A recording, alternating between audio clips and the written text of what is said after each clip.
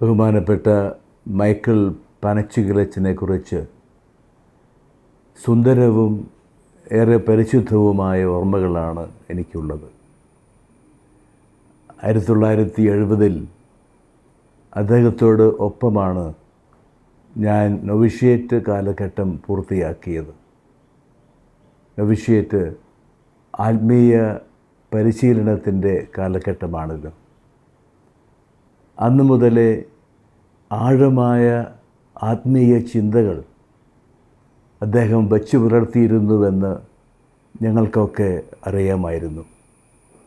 ആ ആദരവും അദ്ദേഹത്തോട് ഞങ്ങൾക്കുണ്ടായിരുന്നു.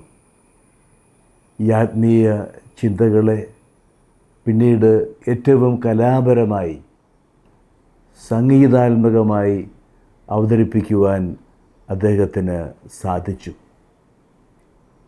ജീവിതത്തിൻ്റെ അർത്ഥം തന്നെ ദൈവസമർപ്പണമാണ്, ആരാധനയാണ് എന്ന് അദ്ദേഹം പറഞ്ഞപ്പോൾ, സംഗീതാത്മകമായി അവതരിപ്പിച്ചപ്പോൾ ഇതെത്രയോ ശരിയാണ് എന്ന് നമുക്കൊക്കെ തോന്നി.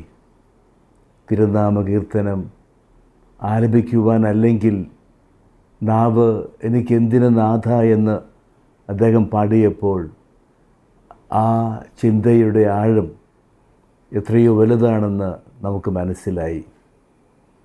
പിന്നീട് ധ്യാന പ്രസംഗ വേദികളിലും ആത്മീയ ഗ്രന്ഥങ്ങളുടെ രീതിയിലും അദ്ദേഹം അനേകരെ ദൈവത്തിലേക്ക് ആകർഷിച്ചു. ആത്മീയമായി ചിന്തിക്കുന്ന എല്ലാവർക്കും ബഹുമാനപ്പെട്ട മൈക്കിൾ പനച്ചികിലച്ചൻ്റെ ഓർമ്മ ഏറ്റവും പരിശുദ്ധമാണ്.